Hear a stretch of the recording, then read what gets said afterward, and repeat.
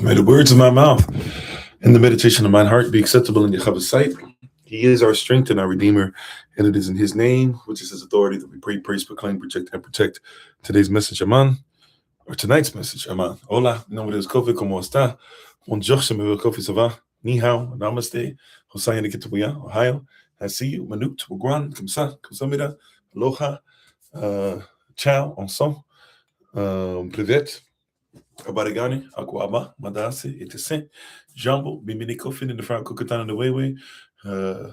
Greetings, salutations, Layal Tav, Anai, Kwavai, Kallet, servants of Christ, Shalom, hey, Shalom, everyone, peace. I am Pastor Kofi, Pastor Servant of Christ, where we are always changing lives one mind at a time, but being a voice of the voiceless and speaking the unspoken. Once again, we give all praise and honor to the Most High, Yahavah Alachem, and we give all praise and honor to Him. For my wife, the Honorable Maya, who lives a life that's able to be honored. To the Ministerial Staff moderators, SOC, Lottie Dar, and everybody, we appreciate you one more again. Thank you for being on with us. And we are going to have also, we shall have tomorrow or actually, hold on, it's Thursday night. Okay, so Thursday night, I guess, tomorrow we'll have a meeting for everybody, especially those who are in the Northeast region, Georgia, in Florida as well. And we'll try to see if we can involve as many persons as possible. But feel free to join us. We'll do it tomorrow evening. Prayerfully, everybody be ready. Thank you, everybody, for joining us once again. One more again. We appreciate you so very, very much. And we're going to go ahead and get started. We'll see you guys tomorrow for continuing our series, hashtag We Be the Nation. And we're going to go ahead and get into tonight's message. So welcome, everybody. Lottie Dar to everybody. We appreciate you so very much. Tadach, thank you so much for joining us as we continue to move in what Yahavah has for us. As a reminder, once again, especially those in the Northeast region and those up and down really the East Coast. Let's just say everybody in the East Coast, everybody's invited, but tomorrow for sure. Tomorrow evening, we're going to try to have a quick meeting about some things where we'll be trying to get some of these weekly meetings together and continue to move forward. Also, too, let's not forget about those who are going to be meeting up for Passover and different things as well. And we'll probably have some more information for some of you guys, especially in different regions who are planning on meeting up. So welcome. Come on in. Shalom to everybody. Peace, peace, peace. Welcome. Thank you for being on. We'll just go ahead and get ready to get started. If you can turn with me in your Bibles to 2 Timothy chapter 1, verse 7. And we'll go ahead and go there. 2 Timothy chapter 1, verse 7. While you're turning there, let's say shalom to everybody real quick officially. How you doing, Brother Keith, Sister Beck, Sister Donna, Brother Dennis, Brother Vincent. Am I staying on TikTok? I don't know if there's something I need to know about TikTok. Is TikTok about to disappear again? Or is it because of the sand on Israel stuff? Or I don't know what's going on. There's something going on I might not know about. How you doing, Sister Mignon, Brother Thomas, Sister Taylor? And by the way, if you can't find us on TikTok, you guys know we're on multiple platforms, right? Clapper, Facebook, TikTok, podcast, etc. So if we need to go somewhere, trying to see about getting the stuff together on the other platform for I always forget the name of it. We haven't started. I guess I'll start trying to use it. The one I have it downloaded. We haven't used it for live sessions yet. The one with made by I'm forgetting his name now. The artist from back in the day made the Shaft music and other different things. Played Chef for a little bit. Was on South Park and some different things. And was he a Scientologist too? Whatever the cat's name. Forgive me, I'm forgetting. Isaac Hayes, that's his name. His son made this platform. How you doing, Sister Mignon? So we might try to start using that one too. But if there's some stuff I need to know about, I'm not sure. Just went to get up scrolled. Okay, you might have to explain it to me. I don't even know what that stuff is, so I'm missing something. To be honest, how you doing, Sister Monique? I might have to get schooled on something. There's a movement happening or something I don't even know. But how you doing, Brother Javon? Hopefully, all those who are trucking, you guys are staying safe in this weather. Prayerfully, everybody's making it through. All righty. So we're going to go to 2 Timothy chapter 1, verse 7. Once you have it, say amen. Say I got it. Say I'm with you. Say I'm listening. How you doing, Sister Danielle? Shalom, shalom, shalom. Peace, peace. Once again, as we're turning there, as you can just remember tomorrow, besides the women's meeting tomorrow evening, besides our live session tomorrow evening, we're going to have a quick meeting for those, especially those of you on the East Coast. We'll put it out to everybody, but especially if you're on the East Coast, especially if you're in the DMV, Baltimore, Georgia, Florida, we'd love to have you on there. But everybody up and down, and really all around the world, if you want to come on, feel free to come on with us. All right, so we got some listenings. How you doing, Brother Rodney? Once again, we're going to 2 Timothy chapter 1, verse 7. And if you're able to say your Bible pledge by repeating after me, if you're able to rise to your feet in reverence of Yahavah's word, put your right hand in the air, your Bible, your device in the air, you can just repeat after me. How you doing, Miss Ladybug? All right, how you doing, Brother Dwayne? Praying for you, brother. Hopefully things are going as well as they can be. All praise to the Most High. Also, too, I'm going to try to reach out to you at some point. I'm going to give you an invite to come out to something this year. We'll work out the details. But anyways, we're going to go ahead and get ready to say our Bible pledge. This is my Bible. This is my sword. And this will I trust. For Yahavah is Lord. No sword of God shall ever be heard. For this is my Bible. And this is Yah's word. Acham Yahavah. Aman. When Yahavah Shem, his name is authority, let it be done unto us. 2 Timothy chapter 1, verse 7. I'm just going to recite it very quickly. It goes as follows. It says, Yah, Adon, Yahavah has not given us the spirit, the ravak of fear, of reverencing the things that are negative in our life. But what have we received? We have received love, chapa, action, right? Power, and a sound or a lawful or a legal mind. You may be seated to go back to what you're doing in the presence of the Most High Yah. How you doing, Brother Yachasav? Everybody coming on all the different platforms. Tonight, we're going to talk about and thank you for the reminders. The person's got on and texted me, made sure that we had it. So thank you so much. Was able to make sure we had this in our back pocket for this evening. Tonight, we're going to talk about a theme for tonight is live on your feet. How you doing, Sister Carla? Live on your feet. Right? There's an old saying, and I'm not mad at the saying. The saying goes as follows, right? It's better to die. It's better to die on your feet than it is to live on your knees. How you doing, Sister Deborah? And I'm not mad at this. Basically, what this is saying, in essence, is, hey, it's better for us to have a mindset that we not be slaves to the system, that we not be persons who are messed over, that we not be persons who are afraid to do anything, right? Because a lot of us, we'll crawl around trying to live, just trying to escape, just hoping that somebody won't do us wrong, praying that all things go well, and we give our honor and praise for some of the things such as survival. But it's best that even if I were to simply have a short amount of time, I'd rather die on my feet. That's what the saying says, right? I'd rather die on my feet than live on my knees. However, what if there's an alternative? How you doing, Night Falcon? And thank you for the love, right? Oh, yeah. Well, yeah, I'm not even sure. I don't even post that much, to be honest, as much as I used to. But yeah, being censored is something that we live with for a minute. A lot of my stuff that I post on there, they've been saying for about a year now. Whenever I post something, they'll say, "Oh, it's not even something we can, whatever they say, but you can't put it in the algorithm, or we can't put it out there." So it is what it is. For those that get it, they get it. But I get what you're saying, right? But the saying that we're going to talk about and focus on tonight. How you doing, Sister Dabarach? Right? The saying that we'd rather live on our feet, or I'm sorry, we'd rather die on our feet than live on our knees. But what if there is an alternative? The alternative could be, what if we simply live on our feet? How you doing, Brother Alex? Is it possible that we can separate and live on our feet? We don't have to die on our feet. We don't have to live on our knees. By the way, if you live on your knees, you're going to die on your knees. And if you live on your feet, you're going to die on your feet, unless your Yahavah come back first. So if we're going to die anyways, right? Now, what happens after that death, and us not experiencing second death, that's a conversation.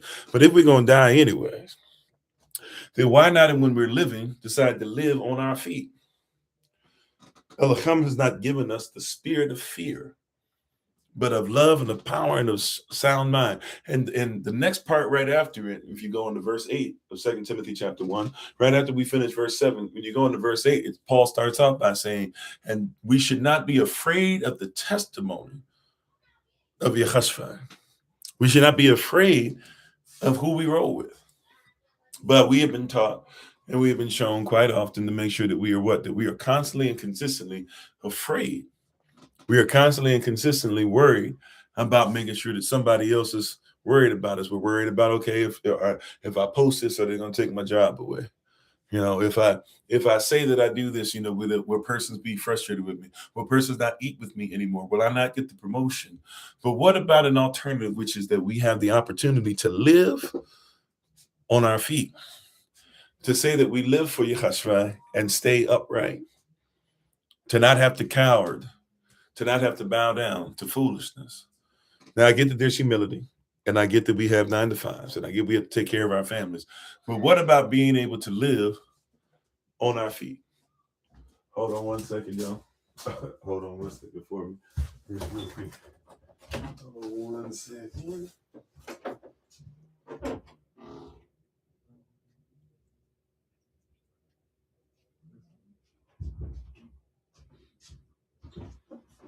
So what if there is the possibility of living? What if there is the possibility of living on our feet?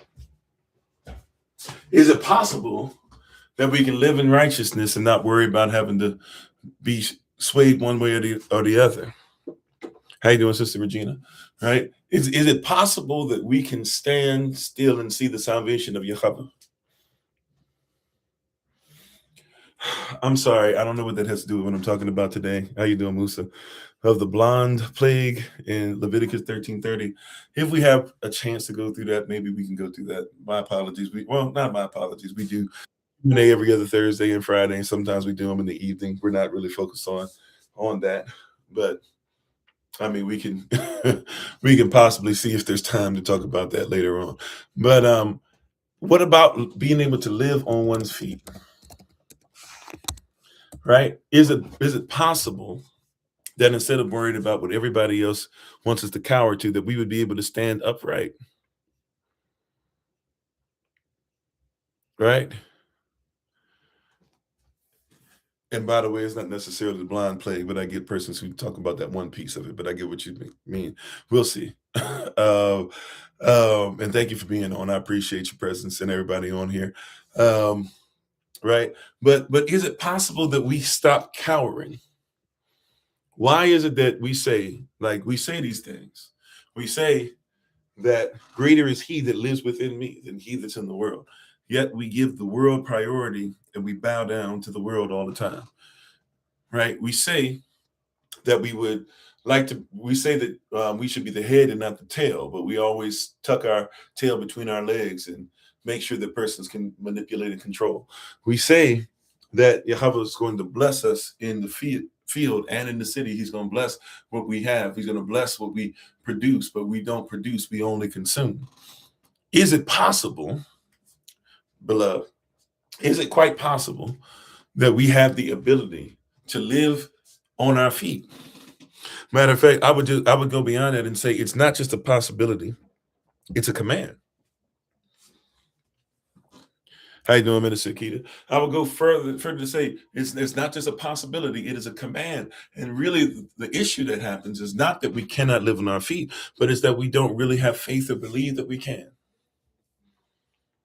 When you talk about building community, persons will say, well, we had Rosewood and we had this and we had that. What about places that weren't destroyed? Is it possible that there's places that exist right in the United States where your people have control and things, but we don't think that it's important to even look them up or invest in them or believe that we can do the same thing? Right? Is it possible that somebody has lied to you and told you that there's no place that you'll be able to find cover and that the United States of America is the only place that you'll find any kind of cover, and yet there's persons that live other places and don't worry about a lot of the different things that they tell you about? Right? I recall first time going back, and go home, you go to Ghana, go to West Africa, and everybody said that you would be swatting mosquitoes. Everybody said you need to take this many shots. Everybody said you need to take this many pills. Persons were telling, even persons who had been there, some persons who even lived there were busy telling you it's going to be nothing but dogs running around wild, this and that or whatever, and none of that. I won't say none of that. There were dogs that were, I guess, that were around. I don't recall any of them not having somebody that they didn't answer to. And I think I heard a mosquito, maybe one, maybe two. I think I heard a mosquito never was affected by one, never was bit by one, never got sick off of anything. Matter of fact, I did actually get sick. The only time I got sick because I wasn't used to getting that much sun. Right, being that close to the equator on a regular basis, and after the first couple of days, I got over it. How you doing, Sister Stan? But you hear all these different things about how you cannot and we cannot, and we sing songs, we shall overcome. But then instead of being more than overcomers, we say, okay, government, you need to do this for us, and this and this and that. Is it possible that you could live on your feet? I would say it's not only possible, once again, it's a command. And the reason why I say it's a command, especially for those who say they believe in the Bible, is that, well, then you believe that this is something that is backed up by the Most High.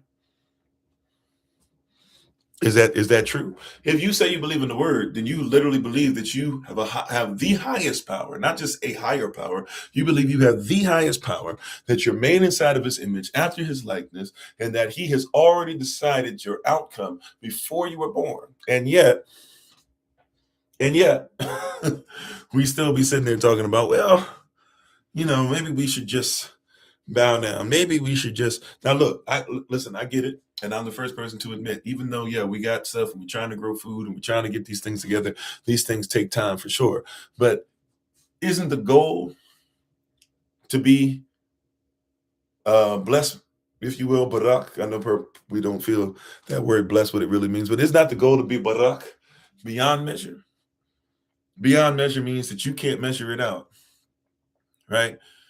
The same Paul who said this to Timothy is also the same Paul that said, now unto Yah, who is able to do exceeding abundantly, not just exceedingly and abundantly, right? That's the song we like, right?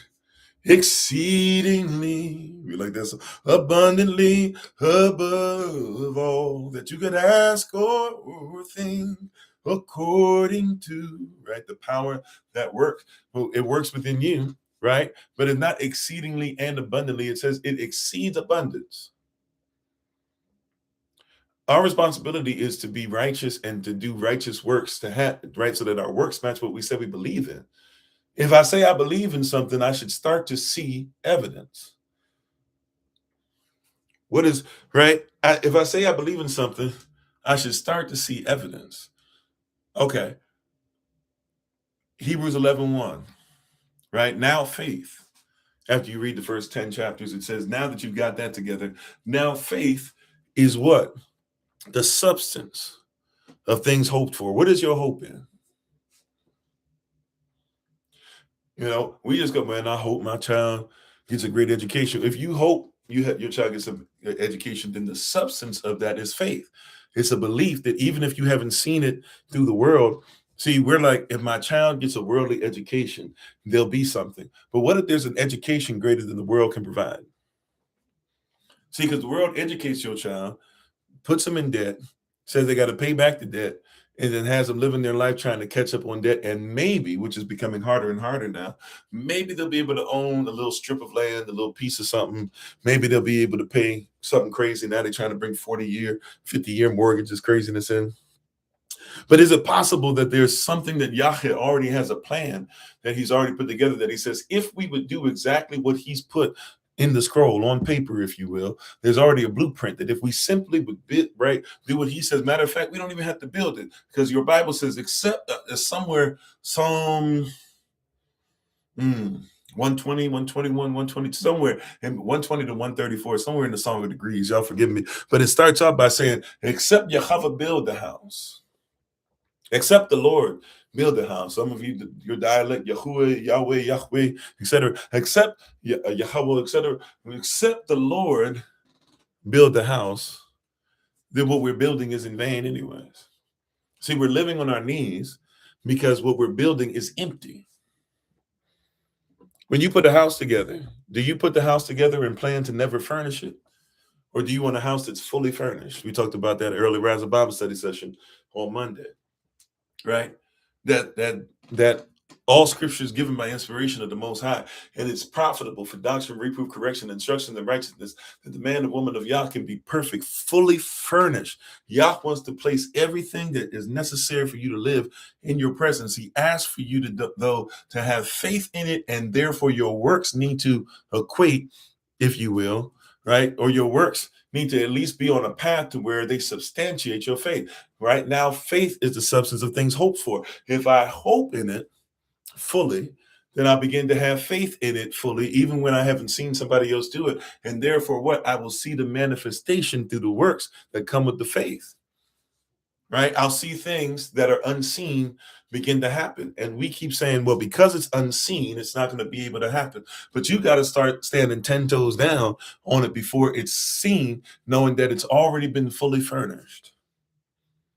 Put it like this. If I were to come to you and I were to say tonight, hey, man, roll with me for 5 years. I'm not saying this is a real thing, by the way. I'm just giving an example. I ain't got it like that. But roll with me just for a second. If I were to say, man, stay with me for 5 years. And in 5 years, if you just be faithful and you start working as if you've already got things and you don't allow anybody to take away from your faith, I guarantee you that you will have a home. Right? I guarantee you that you'll have a home that'll be paid for, that'll be fully furnished, that'll be tax-free. You would begin to live your life differently, wouldn't you? Simply because you have faith in something that you have not seen. If you don't believe me, right, let me break it down for you. If I were to say you're going to get a home, you wouldn't say, oh, well, I got to worry about this and what's going to happen. And if my children don't have, you would start putting away money, wouldn't you? You would start saving. Why?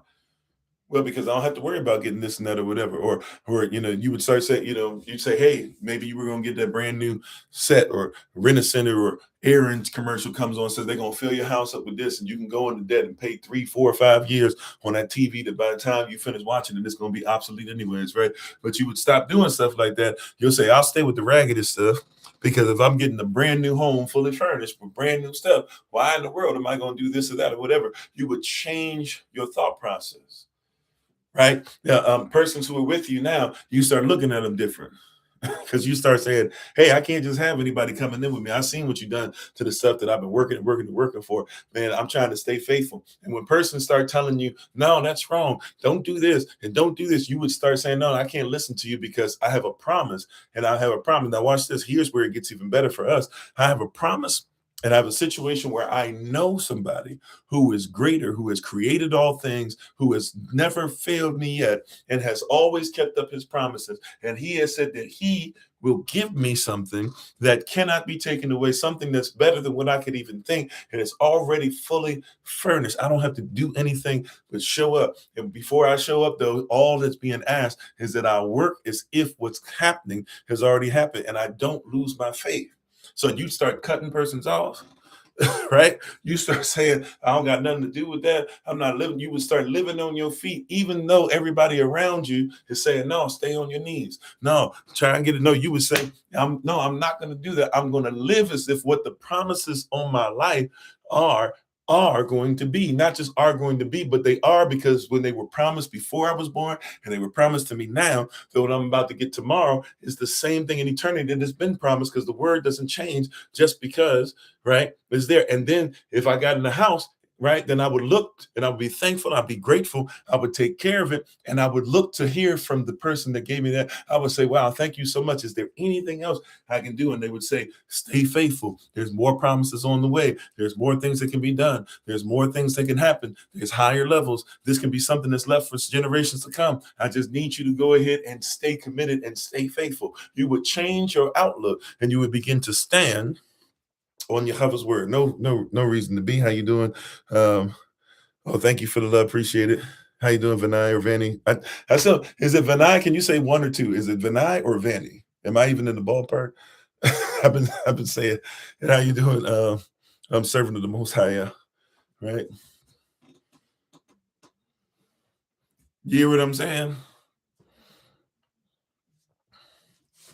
Okay. All right. Be safe at work and hopefully all goes well. Thank you for joining us, right? Do you hear what I'm saying? How you doing, double OG, triple OG? You would begin to work, to move, to live differently, to operate differently, simply because the one who has always kept his promise has made yet another promise, right? The one who always keeps his promise has simply made another promise. And because he's Vanny, okay, Vanny. All right. I'll try to recall it. Vanny. All right. So How you doing, Sister Judith? So why are we living as if his promises are not yea and amen?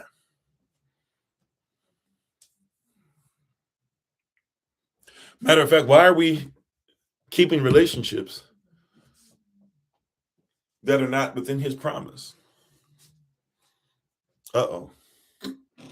See, if you're going to stand on your feet, see, watch this. If I'm going to stand on something, first I got to figure out what I'm standing on. Come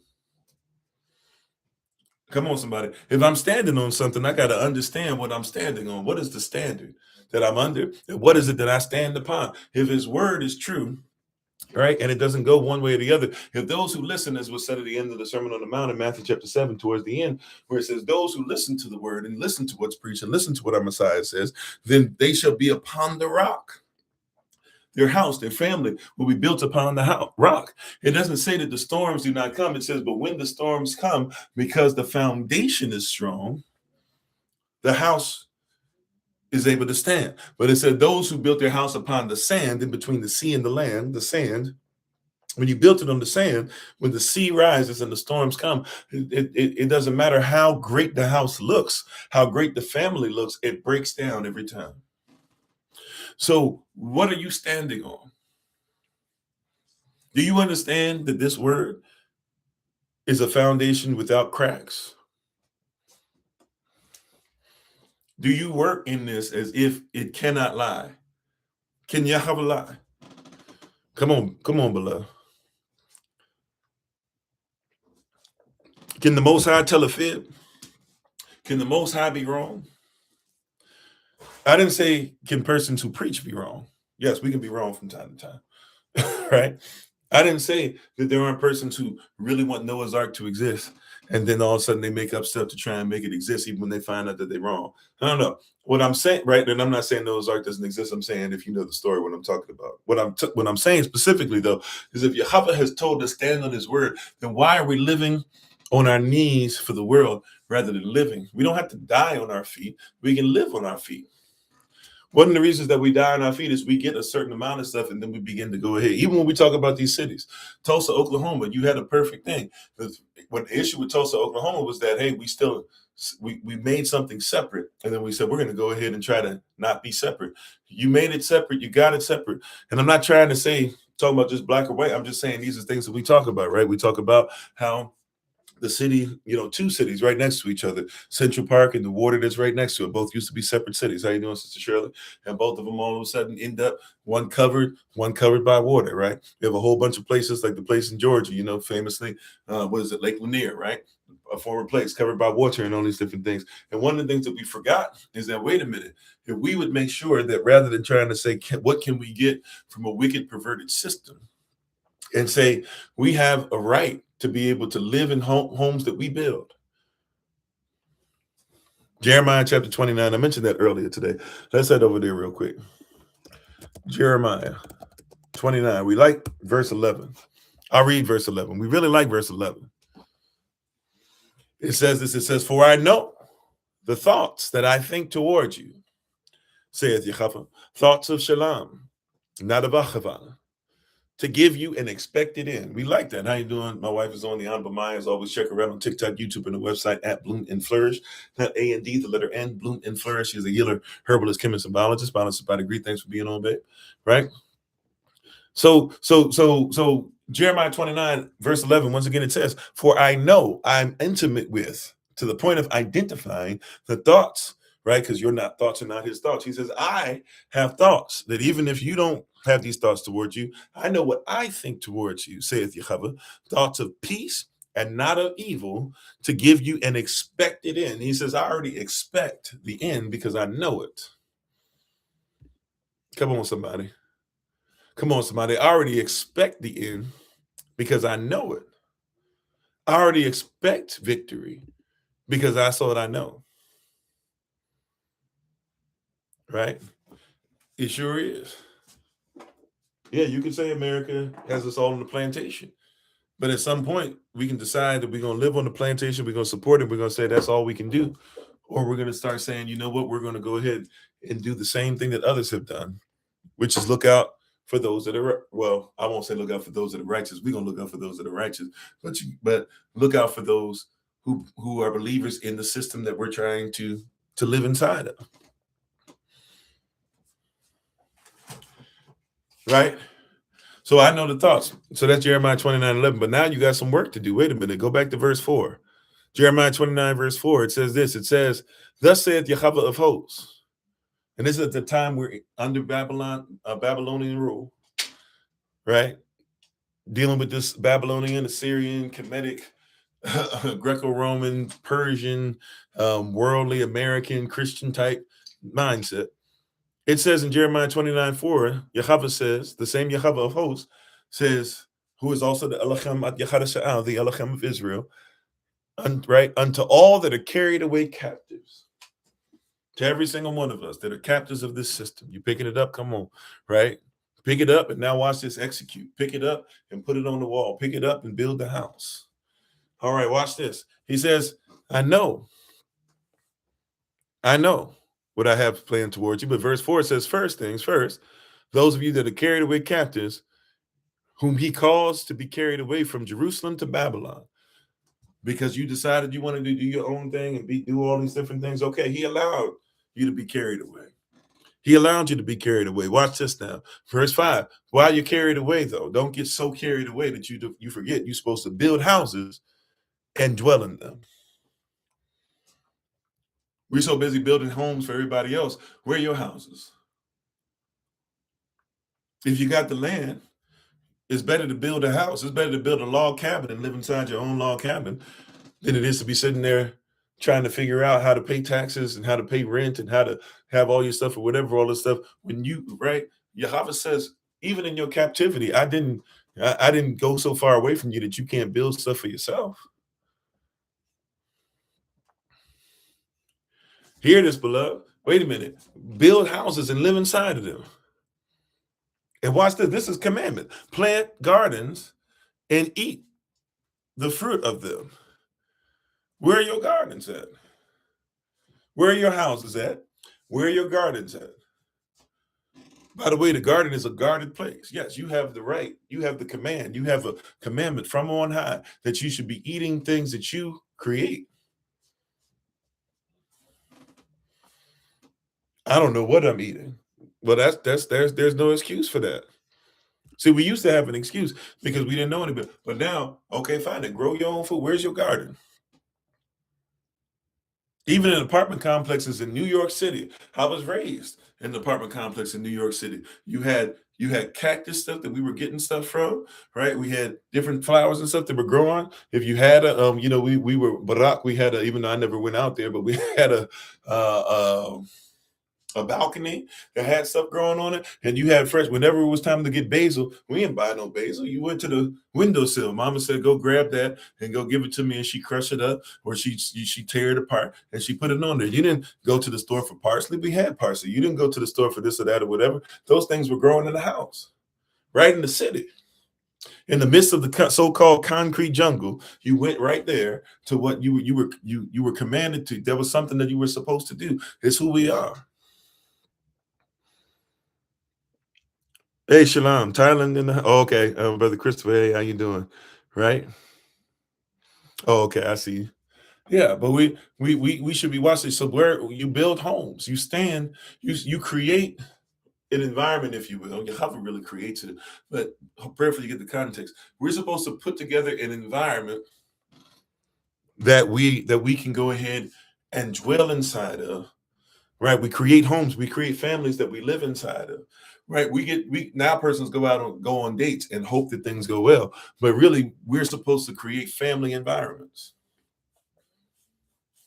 whole family environments, forsaking anything outside of it and thinking to ourselves, when we get together as a family, how does it affect the kingdom? And persons see, when you start talking like this, they say, "Oh, you're in a cult." No.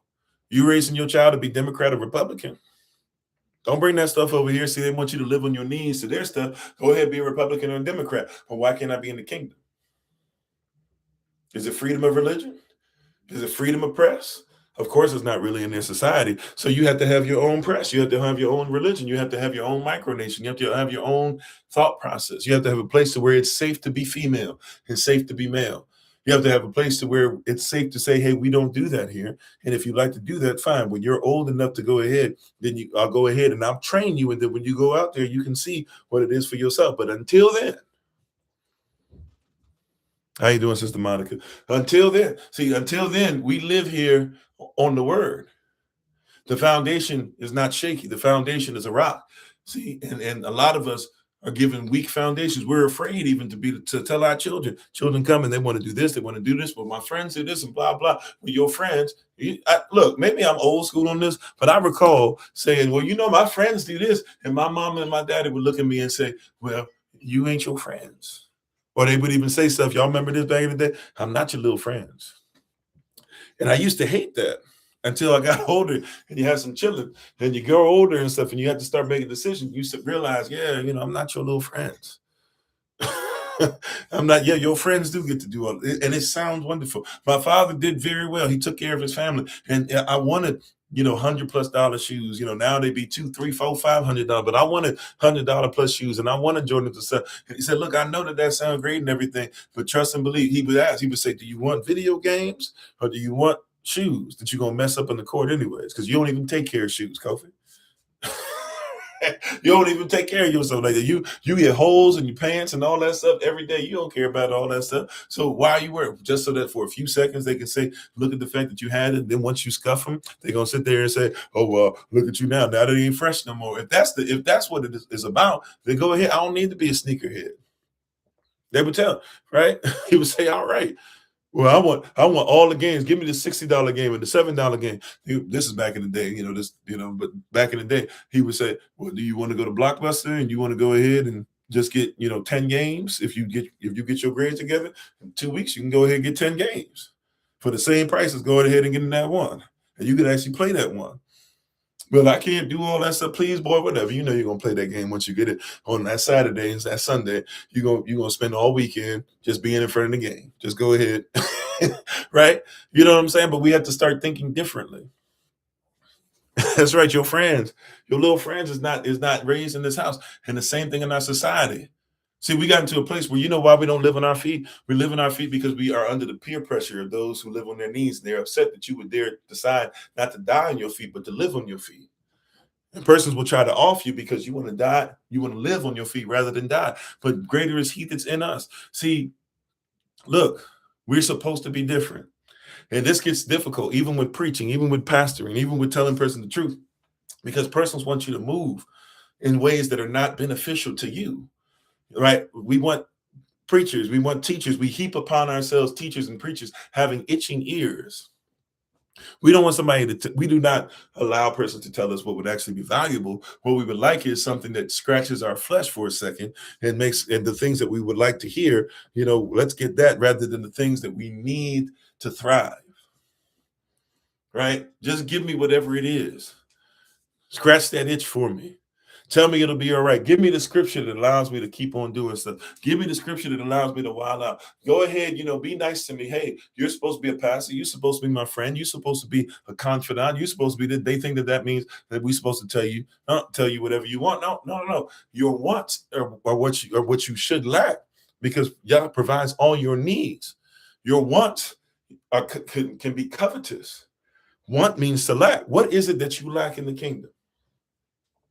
And if you lack it, is it because you are in the kingdom, or we're all the way where we are supposed to be in the kingdom? Okay, if you go to Beverly Hills,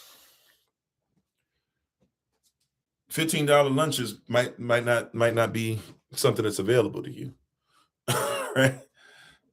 But if you near what's that over there in LA, Skid Row, $15 might go a long way. If you growing up in one part of Baltimore, right off the harbor, if you growing up around the harbor, $100 a day might not mean something, but you grow up in a place where there's certain things that the place $100 might mean a whole lot. If you grow up in a place to where you're always having to pay rent, $1,000 in the bank don't mean much to you. If you're somebody where you don't have to pay rent, $1,000 in the bank might mean a little something extra, right? What is the environment that we're building so that we can live on our feet? Why do we keep trying to be involved with things that tell us to live on our knees? Right? Why are we saying I need to get all this stuff that requires me to go further into debt? I need more credit cards. I need more credit cards, and I'll pay off this credit card with that credit card, and this one with this one. And then it becomes like a drug. I'll take this prescription drug, and then this will help me. But I don't know. Now I need something to take for this one. Now I need something to take. And before you know it, you're supposed to get one, and now you got 100 prescriptions. Hold on. How you even going to pay for these 100 prescriptions? Now you can't pay for it. But if you don't have this, if you don't use their blood thinners, hey, you're going to be messed up if you ever get a cut. Right? Hey, how you doing? Am I saying it right? Tashmar Forrester, thanks for being back on. Right, that we on, by the way, all the time. We on Kofi_42 every well, Mondays, Thursday, and Friday evenings. We're on Kofi_43 all the time. They done cut us off and put us back on, cut us off, put us back on so many times. Right, but we are on 8 a.m. New York time to 11 a.m. and we record all these, by the way, too, if you ever want to catch up. But welcome back. Long time no talk to. Right, but we sitting up here living on our knees. For what? And like I said, if you live on your knees long enough, it's only a matter of time you're going to die on them too, all scuffed up and ashy and everything. Right? I'm one to talk, but why not live on your feet? What are you willing to do to create an environment that separates you from the world? Because the goal is not to stay part of the system. When we say world, right? Remember, world, cosmos with a K, it means system. You're in a systemic and systematic place, right? No matter who you voting for, right? I don't care if it was Obama, Trump, Biden, or Trump again, and that's just the last, four, if you will, right? One of them repeated, but the last four. It don't matter. Guess what? Under all of them, Black Lives Matter still was marching. I know we forget. Black Lives Matter was marching with Biden. Black Lives Matter was marching with Obama. That's not just a Trump thing only. Right? And there's persons that said white lives matter when Obama was in office and they had him on a noose and all that stuff or whatever when he was in. And guess what? Right? When he was in, not just when Trump came about, they had him on a noose when he was in, when he was running. It's the same beast. It's the same system. It's the same mentality. It's the same thought process. We didn't get away from it just because you became Republican or Democrat or just because somebody so-called Black was in office.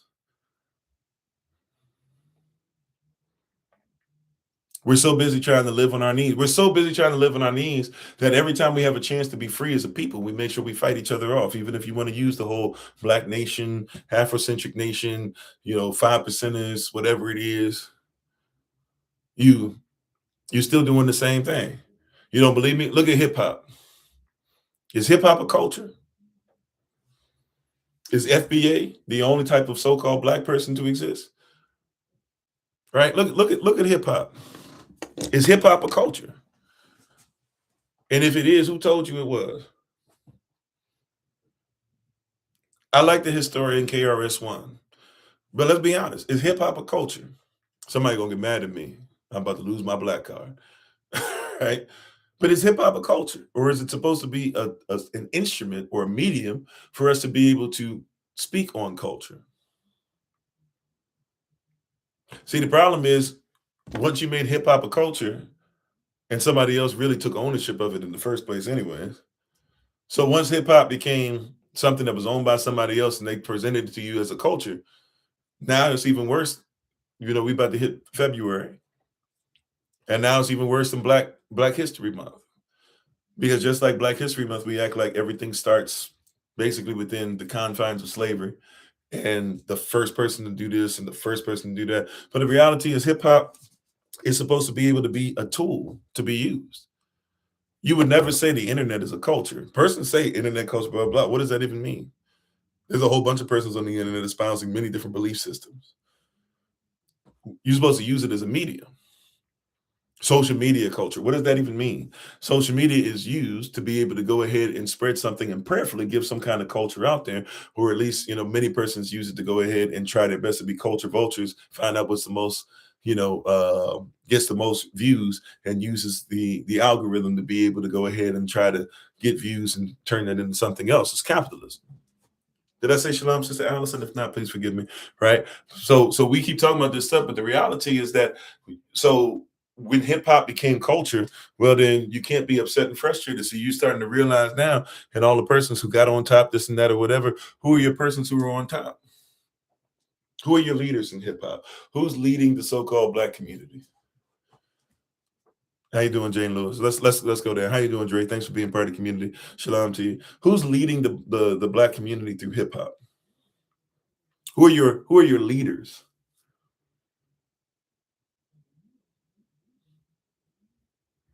We still living on our knees, but because you say it's hip hop, right? LL Cool J. I don't even recall who was the country artist that LL Cool J did that song with some years ago, talking about that foolishness. Talking about, if you guys put away your Confederate flags, I'll pull my pants up. And while I'm quick to tell our brothers we should not be sagging our pants, the two ain't even close. You're going to stop using the Confederate flag and talking about hanging us, and then we'll pull our pants up. That don't even, the balance, the scales don't even work out. Something way, way worse than the other, right? But when you make hip hop a culture and you say these persons are the rap gods, who are your leaders for the Black community? Eminem? I mean, who are your lead? Who are the ones? 50 Cent? He trolls real well and he made billions and he was able to go ahead and now he's MAGA or whatever. Who was it? Nelly? Snoop? Now y'all mad at them? They MAGA too. Is it Kid Rock who's trying to get all them to come on tour with him? Is it Ludacris who's been wearing the Confederate jack?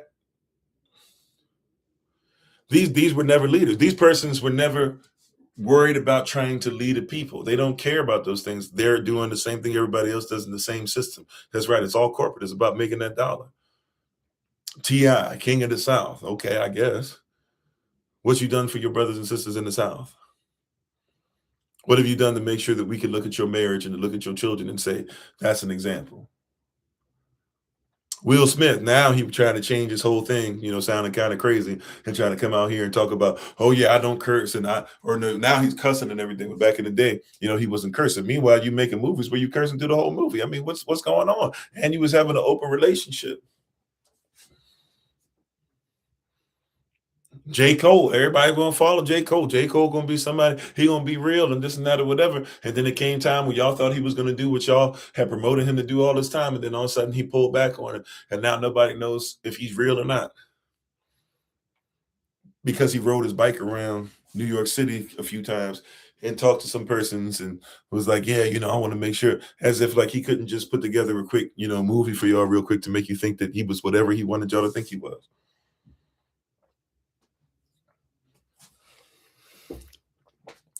This is not standing. These are persons who have you living on your knees.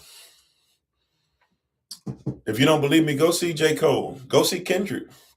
Go see Drake in concert. Whomever you want.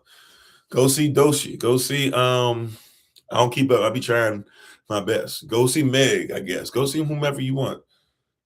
See if they go ahead and make sure that you can go to that concert for less than $100, $150, $200, $300, $400, $500. See if you can get a shirt. And I'm not mad at it, by the way. You got to do what you got to do. They ain't making them. But, see if you can get a shirt. Unfortunately, though, these shirts going way too high. See if you don't get 2 shirts and have to pay $250 for 2 T-shirts. Just so you can say, and where you ain't up on this, like Kanye told y'all before Kanye started doing the same thing, if not worse than anybody else. These persons will have you living on your knees. They have you living on your knees. And we sitting up there though talking about, we support. No, they're not supporting us. They're not supporting you. Look, man, you can say whatever you want about me as a pastor, this and that, or whatever. One thing that I've never participated in is said that you got to get in the $500 line. We're not going to do something unless you get in that five. I'm not going to continue this thing until I get 500,000 likes. These supposed to be pastors. Have you living on your knees? And you can't wait. If the shoe fits, wear it. If it doesn't, take it off. We can't wait to support it. Why? See, now we got to ask ourselves the question, do we really want to live? Because if you want to live on your feet, you have to know the law greater than the scribes and the Pharisees. But we rather be lawless, because if we're lawless, it means, watch this, one of the greatest lessons I learned about sovereignty, right out of the mouth of one of the presidents who we can't stand, but he told the truth, Theodore Roosevelt. He basically said, in essence, this. He said, everybody should be sovereign. He said, but we can't trust everybody to be sovereign. We got to keep government because we can't trust a lot of y'all to do what you're supposed to do. And since you won't, we'll just go ahead and do it for you. We'll be the person to tell you what to do. If you want to be free, what's that old Spider-Man thing? Even though it's really a biblical precept. But anyways, we like Spider-Man in comic books. With great power comes great responsibility. Well, we don't want the responsibility that comes with being free. Shalom, bold servant, right? If you want freedom, you gotta earn. Well, I won't even say earn freedom, because Yahavah has already earned it for us. But you're gonna have to work to keep it. You said a woman used a son surgery money to go see Beyonce and her husband divorced. Hey, and that's not the only time something like that's happened, by the way. That's just one of the ones that's the most popular. I heard a little bit about that when I haven't read into it, but but yeah, there's a lot of persons. We'll do all this stuff and talk about this, but living on your feet means that you've got to be living on something that's sound, that's secure. Yeah, it is very sad, right? You got to live on something that's secure.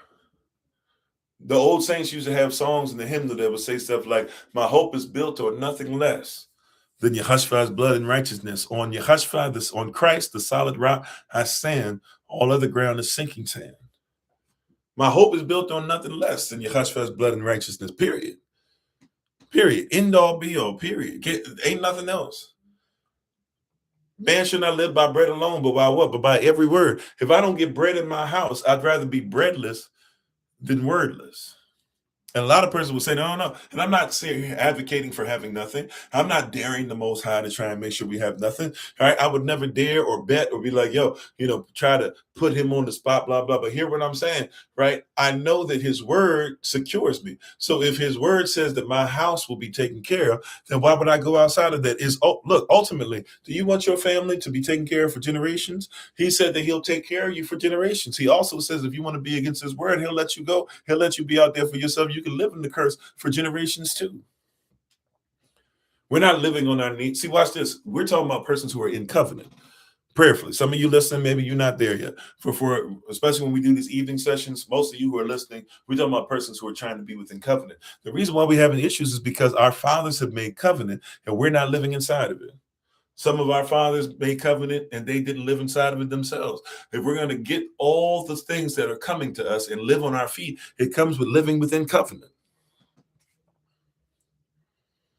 How you doing, Jalen? I'm not here to tell anybody. Right? I'm not. I'd have to look up statistics. So let me just say this is something I'm feeling in my spirit. If I'm ultimately 100% wrong in this, you tell me I'm 100% wrong. Right? I'm not saying that Israelites don't get messed over, but I'm gonna be honest with you. I ain't really heard too many Hebrew Israelites out here saying this is blah blah blah going on, and they trying to take over this, and they messing blah blah and all that. You know why? Because we're not in that. If we're righteous, we're supposed to be making sure that we are taking care of things within covenant and allowing the law to protect us, because the law doesn't give rights, it protects rights. So I be hearing all these persons. Now, look, I'm not saying we don't go through and there are persons that have persecution against us. What I'm saying is I haven't heard too many things about, hey, we were out there at this thing to protest this and that, because it's not, I'm not saying, right, persons don't like it, because then there's another thing that gets you to lose your black card or whatever. Man, you are, and usually it's not us saying this either, but, oh, you're not going to march with us and you're not going to blah, blah, whatever. Look, I'm supposed to be separating from your system. Your system is wicked, whether it's on the left side of it or the right side of it. If you got to vote for the lesser of two evils, you're still voting for evil. I'd rather not participate in evil as much as it's humanly possible. And that hurts person's feelings, but that's okay, right? My goal is to make sure that my child lives around as little evil as possible. I was watching some stuff, trying to do some things and do a little bit of research, and I was watching some old clips of some things. Some of you know about battle rap and Daylight and Tay Rock and Charlie Clips and all them. I was watching stuff from like the 2010s, 2010, 2015, stuff like that. And was watching all these different things. And my son heard a little bit of it. I didn't really want him to, but he heard a little bit of it. He goes, that doesn't even make sense, this and that. And I was thinking to myself, should I even explain? I was like, no, he don't even really need to know what that stuff is, at least not yet. He only 10. But I was saying to myself, I'm so glad because when I was 10, oh, did I know some stuff I shouldn't have known? Or was I singing a bunch of things that I should have had no thought process of? Or could I tell you some things about movies and stuff? By the fact, by the time before I was 10, I was already hooked on pornography. And I was just thinking to myself, man, I'm so glad. I'm so glad there's some things, that he didn't have to experience, that we're getting to break curses from, and we're gonna have some things, and his children aren't gonna have to go through, and we're gonna get better, we're gonna tighten things up, and because it should be like that. We should have a situation where he can live on righteousness. He can stand on his 2 feet and in a righteous position and not worry about certain things. He doesn't have to feel bad about knowing Yahavah for himself. He doesn't have to feel bad about being baptized. He doesn't have to feel bad about having a father who's a pastor. He doesn't have to feel bad about the fact that, hey, persons look at him as a so-called PK and are like, oh, he's bad just because his father preaches. He can stand on righteousness.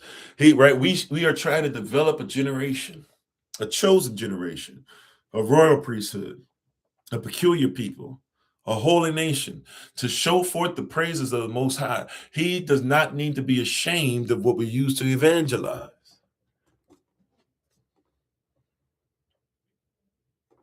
He shouldn't have to be ashamed. The world wants him to be ashamed so bad. He used to be ashamed when he was younger. The only thing that he didn't really like was the fact that he couldn't cut his hair like everybody else. Then he was around a bunch of persons that don't cut their hair. He said, oh, okay. And outside of that, I think that's his main thing. That was his main thing, that he was like, that when he was little. He got outside of that, he's fine now. And he didn't understand we were saying, as far as him, and hey, we're raising you to be a certain way, and there's certain things that we had prayed over and we agreed before you were born, and we touched and agreed with Holy Spirit, where we were given a certain thing to as far as assignment. So yeah, your head can't be touched because of certain things that we have covenant with, and we can't break covenant. Now, as he gets older, he realizes, okay, how important it is and how important covenant is. Even if he doesn't get all of the stuff out of it, he comprehends at least the fact that if we have a covenant, we should keep it. We should live on our feet. And because he's been able to be in a situation where he's been separated, and I'm not saying it's always the easiest, but because he's been separated from a whole bunch of different stuff, because he hasn't had the experiences that a lot of children are given, right? Forced even sometimes to have, because he hasn't had to be in a situation to where he's got parents to where, one parent's living here, one parent's living there, one parent believe this, one parent believe that, right? Because he has oneness, a wholeness, a holiness in his house. He's able to do some things and be separate from things. And I can look at him and say, man, I'm so glad, because Kofi at his age, man, was I tripping. Kofi at his age, I was introduced to some stuff, right? Kofi at his age had 2-3 times to where he was almost messed over as a little child and almost lost his innocence. He's not raised like that, though. He's not even raised close enough to it. All praises to the Most High. How you doing, Shane? He not even raised close to it. Am I saying that he's without sin? No. Am I saying I'm without sin? No. What I'm saying, though, is he's a lot better off than what his father was. Because we teach him to live on his feet. He doesn't have to live on his knees, and he doesn't have to die on his feet. He can live righteously and live a long life. Matter of fact, he honors his parents. And because he honors his parents, the promise is he'll have a longer life. Now, watch this. This is when you can bring it for the Most High. Because since I live on my feet for the Most High, not just because I'm willing to die for him, but because I'm willing to live for him, now I get to say, Most High, I've taught him well. I've taught him to do these things. We've given honor unto you. We've shown him what he's supposed to do. He knows he's supposed to honor his parents. He's been honoring his parents. Hey, it's on you. Now I step back and I say, he should have a long life. Oh, yeah. See, this is when we can come before the throne boldly. See, you come before the throne on your knees only. And I'm not saying there aren't times that I'm not on my knees, I'm not prostrate, I'm not making sure that I let Yah know by my posture that I am underneath him, that I belong to him. That being said, every once in a while, hey, Father, I've come before you right now, asking humbly. You are the Most High. You are my Father. That being said, as my Father in Christ being somebody who I'm supposed to be a fellow heir with, I'm living in your word. I stand on your word, and I come in here 10 toes down, declaring your word unto you, declaring your promises back unto you. Not that you need to be reminded, but because I'm letting you know that I'm in alignment with what you promised. Now let's see what happens. Right? Do you have that kind of faith to where you'll work like that? Do you have the kind of faith that when everybody says, man, everybody on your block is going right, why are you going left? Because the Father told me. Everybody on your block is going left. Why are you going right? Because the Father told me. Everybody's going right. Why are you going right this time? Because the Father told me. Right? His Holy Spirit spoke unto me. Because Yahavah lives on the inside of me. That's why I live on my feet. Come on, are you going to live on your feet as we get ready? I'm overtime. As we get ready to live on our feet, are you sincerely? You don't even have to put it in the chat. This is for you. This is between you and the Most High. Are you willing to live on your feet? Those of you who like this word destiny, do you believe you're destined to stay on your knees, or is it time for you to live on your feet? How often when you live on your feet, watch this, when it comes to arguments in your house, will you open the word or will you cuss each other out? You gotta live on your feet. See, once again, if you're going to stand on something, what are you standing on? Time out for, well, this person just pissed me off. And so I had, no, live on your feet, live on the word, live on the rock. It's the foundation. Come on, now at the time. It is time, right? To live on the rock, live on the word, every word. And if you don't understand the word, right, that's when faith kicks in. I'll live by the word, and then even watch Yah send someone or send the word or send his spirit to make sure that you are endowed with the mindset, with the prism, with the actual reality to see what's real according to the kingdom prism and not the foolishness that they're sending today.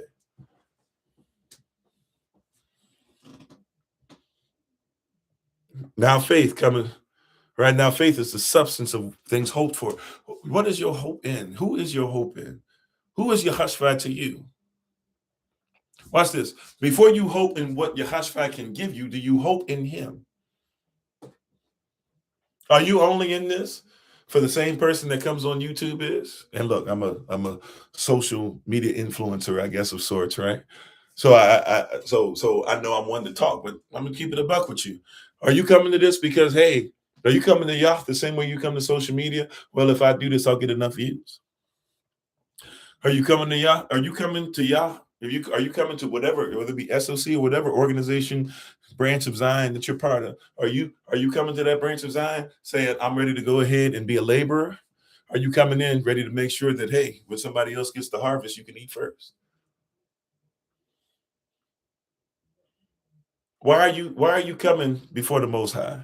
I'm not just talking about here. I'm going to use the term, why are you here? But I'm talking about, you look at your own life. Why are you here? What is it that you bring to this earth that nobody else except you can bring?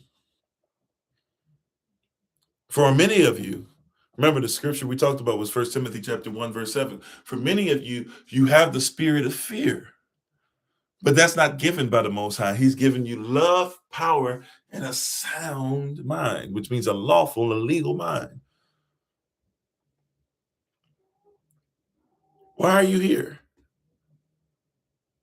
What in your mind, which is not even the mind that you gave yourself, the mind that Christ is trying to develop, let this mind be in you that also was in Christ. Was that Philippians chapter 2? What is the mind of Christ in you? What is the power that's been placed in you? What is the law, the sound mind, the lawful mind that's been placed in you? What is the love, the Yahavah, the action that's been placed in you? I say this all the time. You don't have to like me. You have to love me. So you got to stand on the word. Love is action.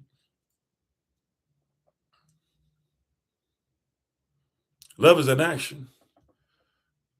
I don't always like the word. I love it. I don't always like his word law. I love his law. Don't quote Psalm 1 unless you want to live by it. My delight is inside of his law, and inside of his law doth I meditate both day and night. Not when I feel like it, both day and night. When I'm watching a video, you know what my prism is? I look through it. What's the word say about that? If I'm listening to lyrics, what's the word say about that? If I'm watching somebody talk about men versus women or women versus men, what's the law say about that? Right?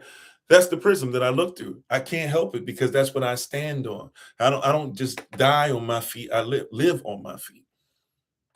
I live on my feet because the one that allows me to stand above all the foolishness and all the slings and arrows that try to come against me and my family, right? I'm able to stand because I have on the whole armor, including the shield. You're not going to touch me with them fiery darts because I've got the shield. Is the shield of what?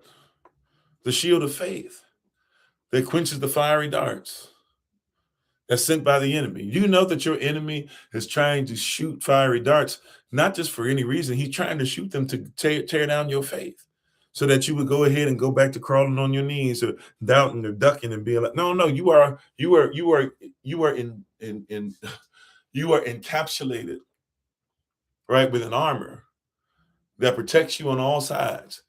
You are trained to be able to go through these battles and not get touched.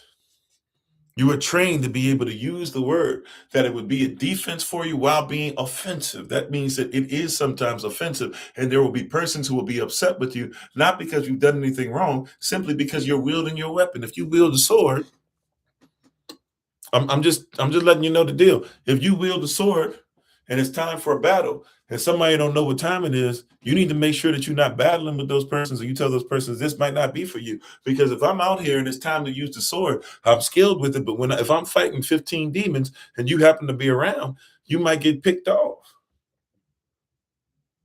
Right? If you don't have some armor on yourself, you might get nicked. If you're not trained for this, if you're not even trying to train for this, if you're busy saying, I want to be part of the very system, and somebody need to hear this. Some of you have friends, so-called friends, family, acquaintances, persons that you are trying your best to allow to be around because you want to be Mr. Nice Guy, Mrs. Nice Woman. I'm here to tell you, you're not going to be able to do that in this season. It's either is righteous or it's not. See, when I'm going outside, I'm telling you, when I'm interacting. Look, can we keep it about? I know we don't want to hear this. If I'm going to the store, I know I'm gonna sound like Kenneth Copeland in this plane thing, but I'm just keeping it a buck with you. If I'm going to the store, I'm dealing with a bunch of demons.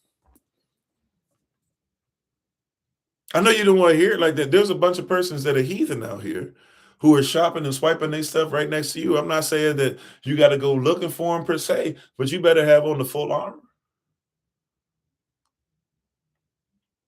Oh, I'm not trying to fight anybody. I'm just trying to go here and enjoy myself. There's somebody out here who's got a wicked spirit in them.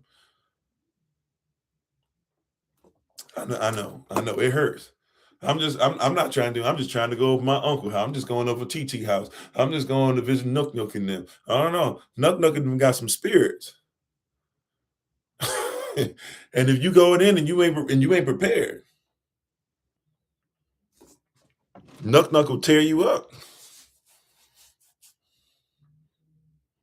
Right? I ain't trying to speak bad about him. I'm just trying to tell you, he tear you up. Your BFF, she ain't trying to come to the Lord for real, outside of every once in a while saying, oh, Jesus, when she thinks something going wrong. She ain't trying to do nothing but the Lord for a minute. Every time you come back, she's talking about, girl, it's been a long time. Shoot, we gonna go here, we gonna go to the strip club. What we going to the strip club for? We ain't stripping. No, it's just a place to hang out. No, I don't do that. Oh, see, now you think you holier than now. Yes, I am.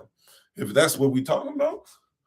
Go back to visit the brothers and dog. We gonna go around the corner. You know how we used to do. We gonna go do a little. You ready for that? No. Oh, what you think you too great for it? If If that's what you trying to use against me, then so be it. Call me whatever you need to be. But no, that's not for me. Not for me. Not for my family. It's not for my sure. No. Well, you used to, yeah, you're right. I used to do a lot of stuff. I used to drink milk and I didn't used to be able to eat food. Times have changed. Right? You need to live on your feet. You need to let these persons know. And if they say that makes us arrogant, then hey, I am what I am. I'm so glad though that you're not my judge and I don't allow you to judge me. The word judges me, for the word is my Father in heaven. And if he says it's not righteous in his word, then it's not righteous. Oh, you used to eat all the pork, man. You couldn't wait to eat every part of the pork. Yeah. I don't every part of the pig. You're right. Not no more though. Man, you used to be the one you was tearing up them crabs. Yeah, shoot, I can still tell you right now, especially with the Baltimore crabs, blue crabs. I can show you how to put your thumb in the front and pop it open and be able to go ahead and get rid of the nastiness, even though you still gonna eat some of the nastiness, but get rid of as much as possible and get your stuff there, have your bib on and stuff. I don't need no cracker. I'll crack it with my teeth, all that stuff. Yeah, I used to be that guy, not anymore. Times have changed. You used to say Jesus. Yeah, you're right. I did. But when I come into the knowledge of who Christ was, all this other stuff was just dung. Even Paul said that. Why is it that y'all pay attention to Paul? You don't pay attention to that. Why don't you pay attention to that? Run tell that. Paul said, hey, man, shoot, yeah, I used to be able to do this, and I went all over the world, and I was a great speaker, and everybody came to see me, and this and that. And I was the one that was making sure the persons got stoned, and I was caping up for Malak and all those things. Hey, now, when I found out who Christ really was, all that other stuff was just dung. It's BS, if you will.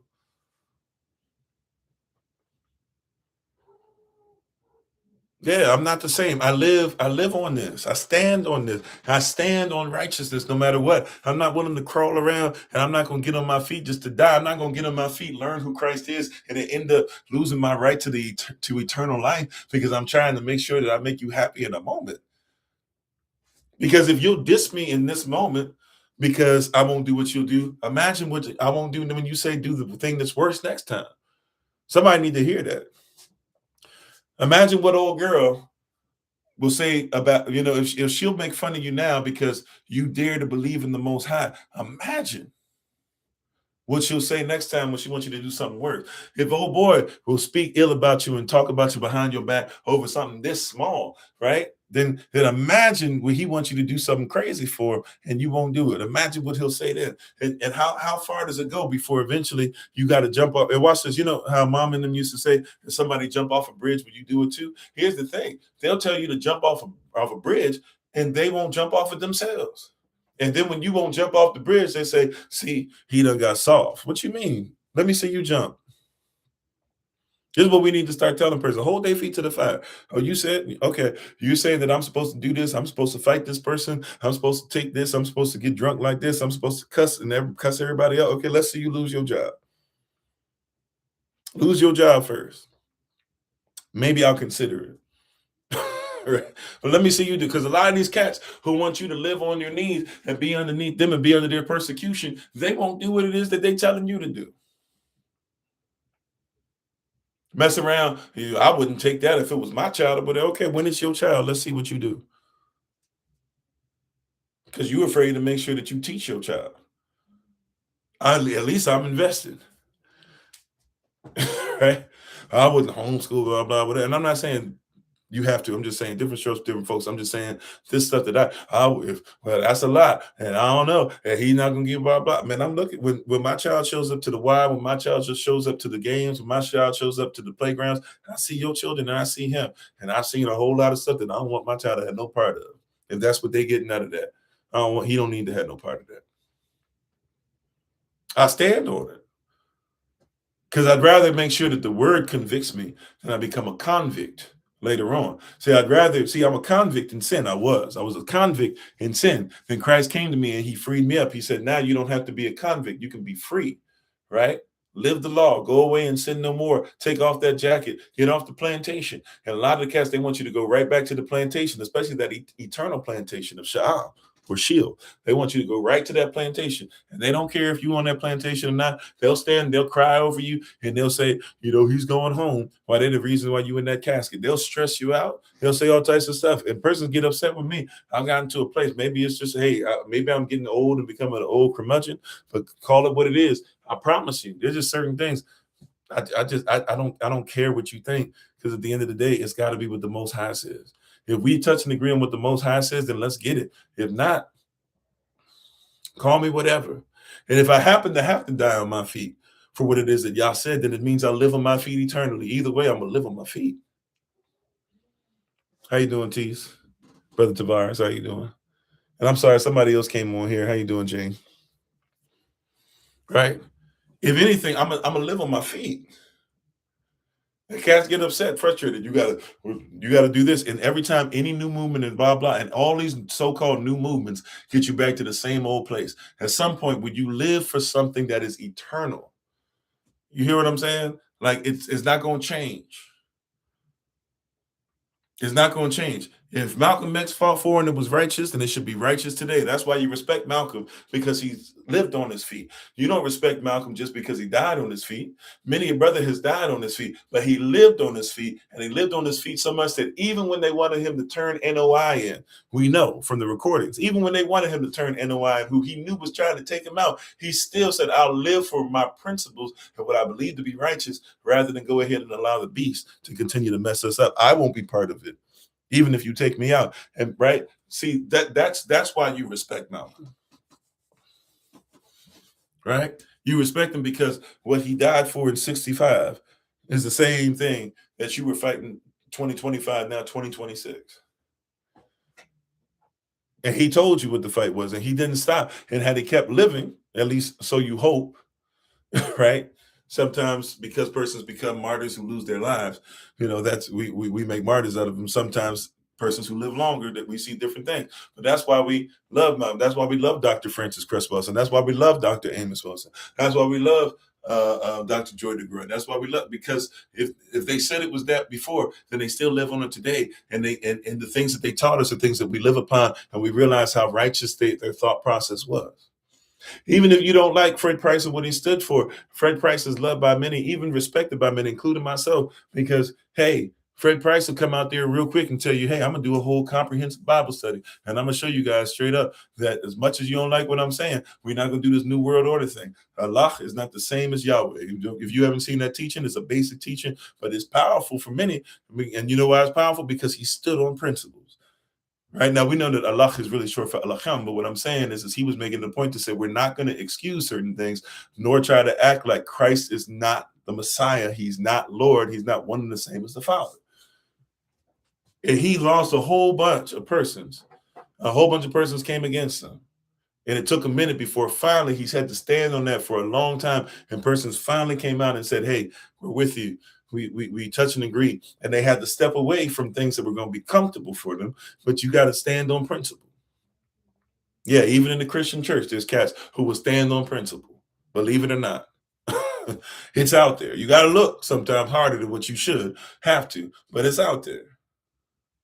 Dr. Miles Monroe, the reason why you love Dr. Miles Monroe, even though he was into the church thing still and things of that nature, but he was talking about kingdom. He was talking about operating differently. He was making sure that persons comprehended that Yeshua was different from Jesus. He was trying to make sure that you understood that even in your government, you should make sure that the principles of Christ are what's running your nation. If you sincerely believe it, then you should follow it all the way. That's why you love him. Right? Pastor Stephen Darby, whether you agree with everything he said or not, you love Pastor Stephen Darby because at the end of the day, he said it, he didn't change it up, he lived by it. And so guess what? Because what he said, and now it's been some years now, right? But if he was preaching it 10 years, 20 years ago, he was preaching it up to 5, 6 years ago, and you see the same stuff happening, guess what you say? You say, hey, what he was saying then is the same as it is today. He lived on his feet. You don't remember him just because he died on his feet. You remember him because he lived on his feet.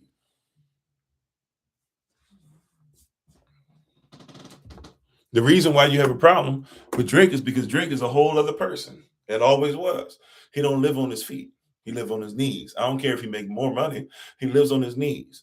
That's why you don't respect him. right? The reason why you got a problem with Nicki Minaj is because Nicki Minaj all of a sudden out of nowhere hates the persons who she was saying that she supported. Whether you believe in what she was saying or not, you said you supported these persons. Hey, it is what it is. At least you supposedly believe in this. Come to find out, no, you don't. And then, oh, wait a minute, Trump pardoned you. And if you don't know what I mean, if you don't want to use the term pardon, she basically is an immigrant who's a what would you call it? She if you don't know, Nicki Minaj basically is an illegal immigrant. Made all that money, and then all of a sudden she starts caping up for Trump, and then all of a sudden they say, "Oh yeah, now you're an immigrant. Now you're no longer an illegal immigrant. You're a U.S. citizen." Mm. You see what I'm saying? That's why you disrespect Nicki. That's why you don't like her, right? It's not just because she's a rapper, blah blah. It's because you don't even say you stand. Look, if you're, I tell persons like this: if you are a devil worshiper, at least do what devil worshipers do. I would have more respect. I wish I knew you were hot or cold. You can't be a devil worshiper and at the same time telling me that you respect all human life. Right? You got to be one or the other. If you a devil worshiper, off as many persons as you want. As much as I will hate you, I'll still pray for you. Believe it or not. I'm not going to pray for you to keep off in persons, but I'll pray for you and hope that you can meet Yah for yourself. That being said, if you're a devil worshiper, then worship the devil. Don't sit up here and try to dress it up, though, and be like, we're better than Trump and we're better than Christians. Because, no, like, don't be half stepping with it. If you a devil worshiper, then be all the way out there, 666, cross the forehead. Yeah, they gave her a gold card. I didn't even know such a thing existed. I was like, gold card? I didn't even know there was a gold card. I heard a green card. I didn't know they give, maybe everybody gets the gold card. I just didn't know because I've never had to go through that. But I'm just saying, whatever you are, be that. I tell persons all the time, if you're going to be a Buddhist, then be a Buddhist to the max. But if I tell you something about your scriptures and you can't tell me what your scriptures say, then yeah, I'm going to look at you kind of weird. That's all I'm trying to say. That's all I'm trying to say. Is if you go do just at least be who you are. Right? Like these persons who are out here, if you a Republican and you saying you hate gay persons or whatever, if that's how you feel, if you feel like they're not even humans and blah blah and all that stuff, and you want to use the Bible to say how you should get rid of them and off them and using that to get in office, by all means. Do that if that's what you believe, but don't be one of these cats that they keep catching. These Republicans they keep catching, and come to find out you gay as I don't know what. I mean, if that's what you into, brother, you just stop. That's when the disrespect. That's when the disrespect come your way, right?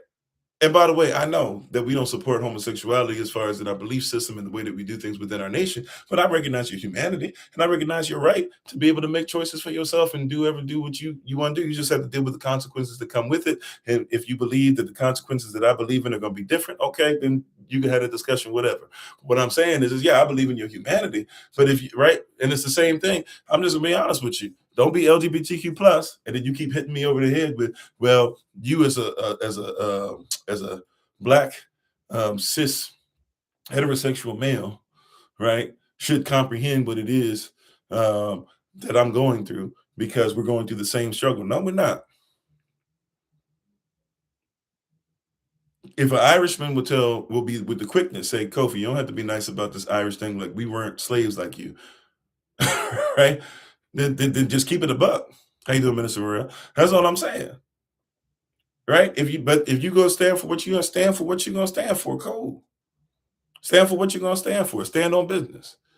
But I'm just gonna be honest. I'm not here. Don't hit me with, oh, and somebody gonna get mad at me. I'm just telling the truth. If you say, hey, you are a trans woman, cool. Don't sit up there and tell me though that every trans woman goes through everything that a regular woman does. No. No. You know why? Because our so-called black women, they a lot of them want to be respected and they still haven't got their respect yet. And if you're not going to fight for them to get their respect, not the same respect you want, the respect that they deserve because of who they are, then you can't sit up there and then turn it around and say everybody should respect whatever I say. If you won't give them what they, by the way, some of them believe it is their Yah given right to ask for, and you won't fight for them to have their Yah given right, but you say, hey, put me in the same fight as yours. I should be able to be given a right that I don't even believe comes from Yah. You're not supporting them. I know somebody don't want to hear that, but we got to tell the truth. Nobody wouldn't tell the truth about it. It's just like dirty little secrets or whatever that persons want to pop, get across. Like, no, you're not being consistent. You're being inconsistent. Oh, I want to be, I as a woman want to be treated. I heard a brother, and I appreciate the brother, the guy who says we out here. Very much someone to etymology has taught me a lot of different things. Listen to him, and even how to listen to different perspectives. I appreciate. I can't recall his name at this moment in time. I was listening to him talk about something. He was talking about how there was a friend of his that he had that's a biological woman, has not had any operation, anything to become a man, but considers herself to be a man. So she's a trans man. That's what she considers herself.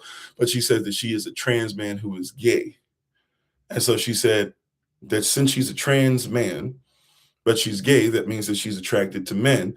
But she said that she was in a relationship with a guy for a long time. And she said that she got upset because the guy wouldn't love her like a gay man. And everybody acted like this was like some extreme epiphany, right? Right? Everything, everybody acted like this was in some extreme epiphany. And I'm like, so time out. You are a woman. I get it. I follow the logic. So you are born a woman, have decided that you're not really a woman. You don't identify with it. However, you want to talk about decided or whatever, but you do not identify as what you biologically are. You are a man. In your mind, you want to be treated as a man, but as a gay man, you got with a man who loves you, who treats you well and everything, but because you say that's not the love that you desire as a woman, even though you have a vagina and you don't necessarily always present yourself as a man, you still dress as a woman, but you decide in yourself. So he loves you as what he sees, and he loves you very well, and he also would like to receive a certain type of love back, but his love is not necessarily what you know is what he likes, is not necessarily what should be there, only what you like. You see what I'm saying? We get into certain issues and we don't want to talk about like the inconsistency with that. And if somebody says they're confused by that, or somebody brings out there might be something confusion with you as far as because look, if we're talking biologically speaking, especially because persons like to go into evolution and all this stuff. But once again, if you look up evolution, especially Darwinism and Linnaean doctrine and stuff like that, you got to be honest about the fact that evolution is actually designed out of racism, and eugenics is supposed to speed up the racism that's going to happen naturally in eugenics. Remember, I'm sorry, in evolution. Remember Charles Darwin's book written in 1859 is literally named "The Origin of Species by Means of Natural Selection," or the preservation of favored races in the struggle for life, right? His cousin / brother-in-law is the one who would then start writing eugenics, Galton, and talking about that going into the 1900s. In the 1900s, they'll start taking this same thought process to be able to utilize it when the South rises again, right? And so in all this stuff that we're talking about, you got to realize where it comes from first. But even if you want to go to the evolutionary mind, and even if you go to, well, there's different animals and they can do this. And first of all, not all animals are the same. You have a belief that all animals evolve, not necessarily everybody else. But if that's your belief system and you're trying to hang on to that, well, here's the deal. Even when you have animals that change what you think is gender or sex, whatever, which the animals don't even go by your same rules. But if you want to put them under your thought process, then even these animals, when they do that, guess what? They still make sure they're faithful to certain roles and protecting and sometimes in being lifelong partners, right? There's a biological thing that they have to do no matter what. If the fish has the ability to change into a female, which is not exactly how it works, but if we're going to use that, if the fish can change into a female from a male, then the fish is a female, period. Right? It doesn't go back and forth. And so if you have somebody that says, well, yeah, I identify as this, but, or I go back and forth, blah, blah, at some point that we got to talk about, okay, well, what's going on in that? Because what you're talking about is not biological. So how scientific are we talking about? It is scientific. You're talking about the thought process behind it, because sure, thoughts work in a certain way, right? And attraction works in a certain way, and erogenous zones work in a certain way, but we're not going to pretend that obviously there's not some kind of flip-flopping that's going on. And if somebody says something about it, you shouldn't be one of these persons that's like, oh, see, you just hate persons because they're gay. No, I didn't say I hate you at all. I do have to be honest. The word says that I'm supposed to hate anything that's sin, right? So I have to be, but that doesn't mean I'm trying to off you, right?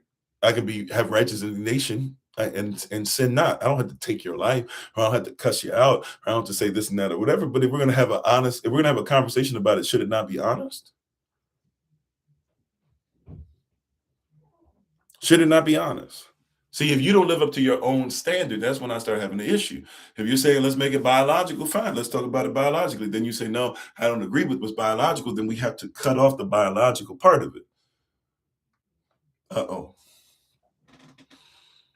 Right? We got to have an honest dialogue. If it's supposed to be about biology, then you say, well, I'm going to do things to change my biology, or I do not agree with my biology. Then, all right, we have to cut off the biological piece of it because you're not thinking biologically. Am I wrong for stating that? It doesn't mean, now watch this, if you still want to have a conversation, we can, but we have to start talking about your conscience, if you will. We have to start talking about your philosophy. We have to start talking about your psychology. We have to start talking about your genre, because genre or gender technically just means any style, and every culture has styles for what they believe as far as what is a man and a woman and what men and women can do. So if your culture or the culture you're aspiring to be part of is different, then okay. But in our culture, we have specific roles for men and women, and you don't get to go back and forth.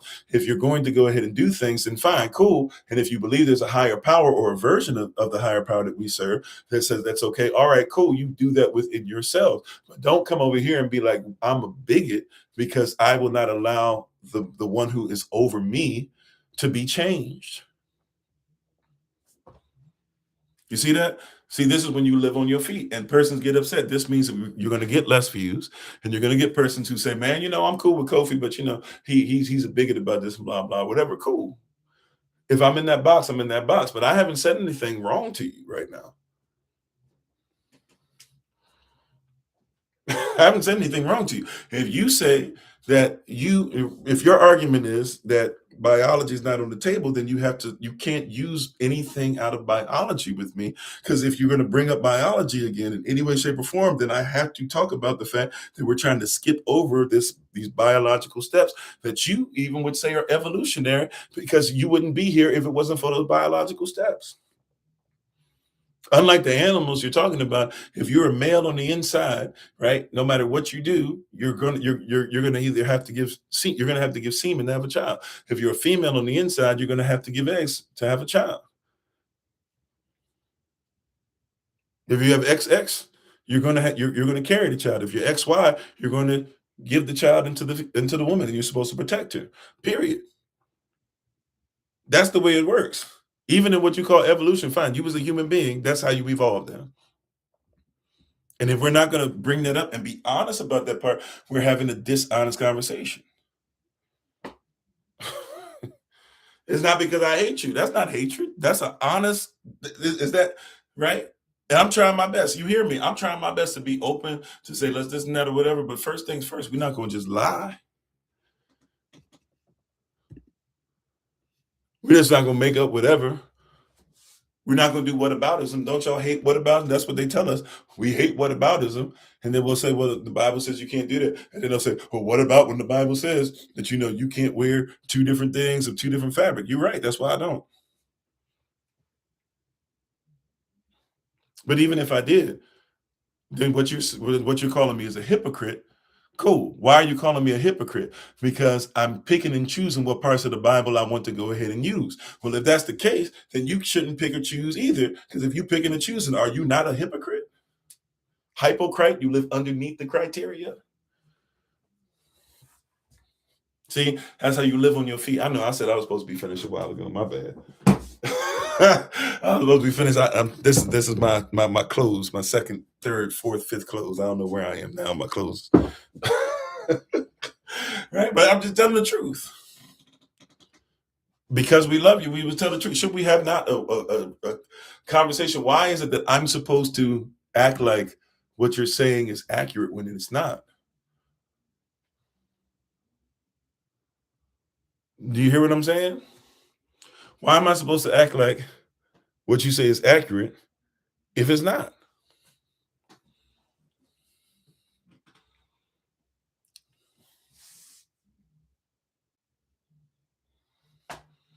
If you tell me, right, that you go against your biology, then what you're telling me is that we shouldn't talk about what?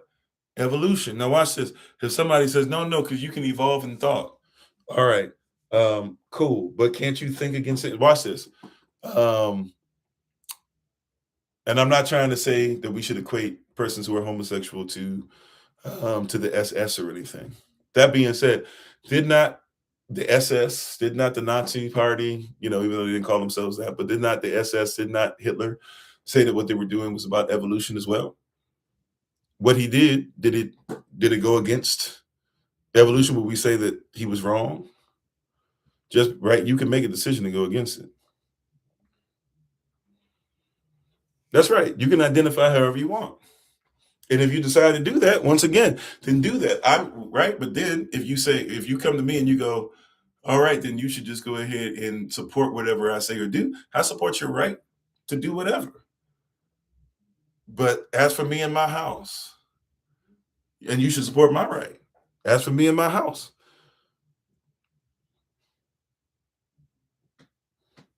Right. And don't bring me scriptures to try and change it. I recall 2-3 years ago, everybody was trying their best to change the scripture in Leviticus to be like, well, it's actually saying you shouldn't mess with little boys and stuff like that. Show me in the Bible anywhere, in any version. Show me in the Bible, except for I know they got the Queen's Bible out now. That's a change, obviously, right? But show me in any of these versions of the Bible. Show me in the Torah. Show me in the Apocrypha. Show me where the Most High is okay with man laying down with man and woman laying down with woman.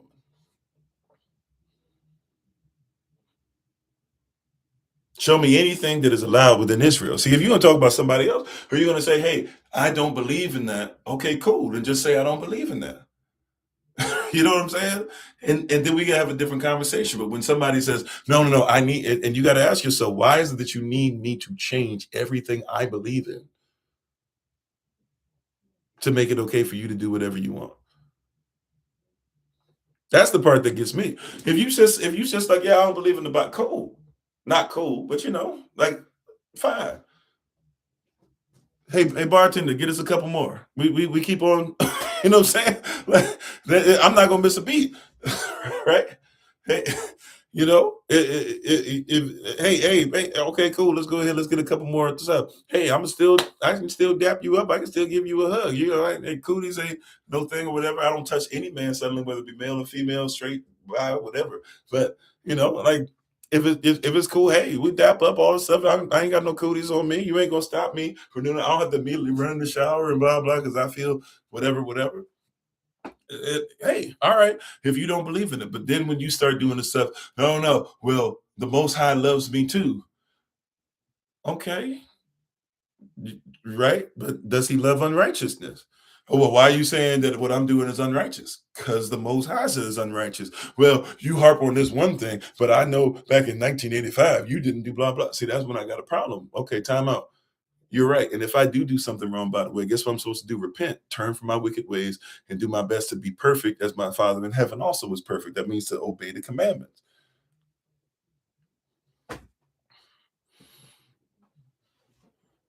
Yeah. So that's why I don't validate. There's certain things that I don't validate. Not because it's what I even desire. Sometimes I'll be like, man, that's Unc over there, like legit in real life. Some of y'all got unks like that too. In real life, legit. I got Unc that went through that before he passed away. I got so and so who went through this. I got so and so who went through. I got so and so who went through this. Yeah, yeah. Sometimes I don't like it, but I love it. Right in his law does I love. Inside of his laws where I love to be, and inside of his law doth I meditate both day and night. I stand on this. I live on this.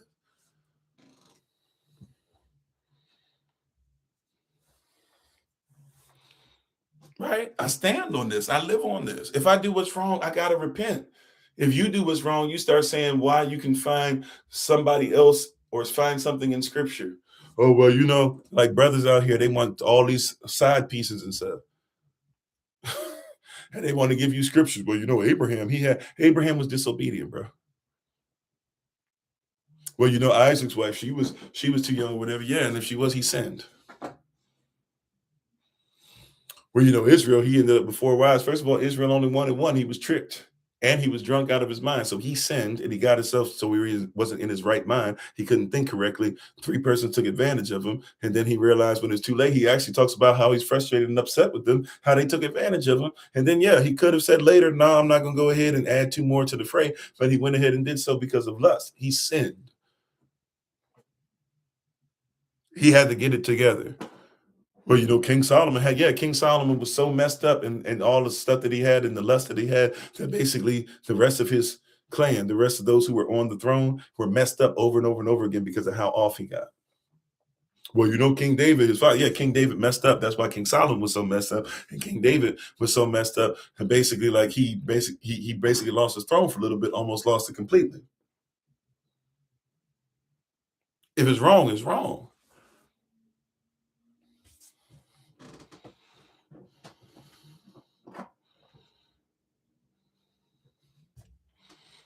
How you doing, Aura? I see you. Yeah. So, anyways, it's time for us to live on our feet. It's time for us to live on our feet. Hey, yo, I'm not sure what's going on with some of that. You got to change that word. It's like the fourth or fifth comment, right? You hear what I'm saying? Though you gotta get these things together, right? You got to get these things together. And all these things we're talking about, right? We got to recognize that we're supposed to stand on our feet. We don't have to die on our feet. We don't have to die or live on our knees. We don't have to die on our feet. We can live on our feet. And it's the respect of living on your feet day after day, right? Day after day, night after night, doing what's righteous. And if you got a lot going on, that's fine. Do what Yahavah says. Be faithful day after day, but work on it. But live on your feet. If nothing else, live on your feet. And if you happen to fall, get up. What's that old saying? Fall down 7, get up 8. Get up. There's a lot more respect in the person that gets back up than the person that just says, I'm going to stay on the ground. But it's time to live on our feet and live on what we said we believe. All right. I'm done for real this time. I'll see y'all tomorrow. We got tomorrow, 8 a.m. New York time on Kofi_43 on TikTok. On YouTube, we'll be back, as well as the other platforms that we normally have up. We'll be back on 8 a.m. New York time tomorrow, continuing our Revelation series. We'll be in Revelation chapter 6, starting at verse 9 tomorrow. And we'll have the women's meeting tomorrow. We're going to have live session again tomorrow evening here, same places we're on right now. And then we will try to have, at least for the East Coast, really, I'd say everybody, if you can make it to come on, we'll try to do a meeting. I said we were going to try and do one every Thursday anyways. But since I was gone and since I wasn't able to really, wasn't in the place where I was able to put the word out and everything, we'll make sure that we do something tomorrow evening. Okay, so tomorrow evening, 9 p.m. New York time. Please, ma'am, please, sir, if you can, make it over for our Zoom meeting. For those who are, it's not a project management meeting. I'm still going to put a link out for that. My apologies. Wasn't able to. I had to get back to shoveling snow again today. So I was able to shovel the car out after a little bit. It took me a minute. But we'll send that link out as well. But tomorrow, for sure, in the evening, we'll have another meeting and make sure that we start talking about some things, especially as we're getting closer to the holy days for meetups. If you are somebody who's planning on coming to meet us over in Eastern Tennessee, I'm about to basically give the list over to Sister Renee based off of those who we've had conversation with. So if you're planning on coming in any way, shape, or form, we were supposed to have the donations in, at least half the donation in by the 26th. I believe there's a couple spots that are left over, even though we're only limited because we got one really big house for it for Passover, and we know there's other places where Passover going as well. But if you're coming to Tennessee to meet up with us, we already got that situated. I think we have a couple spots left, but I'm following instructions.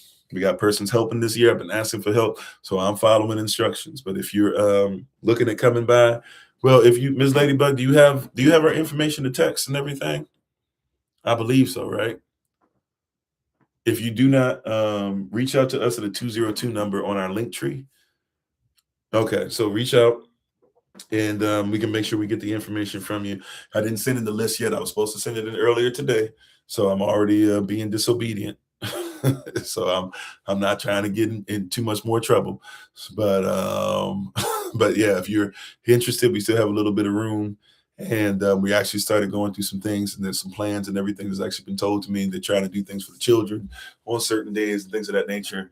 Also, too, if you're not able to make it on that day, which is what the April 1st, we're going to be meeting up May 30th through the 2nd or something like that for Passover there.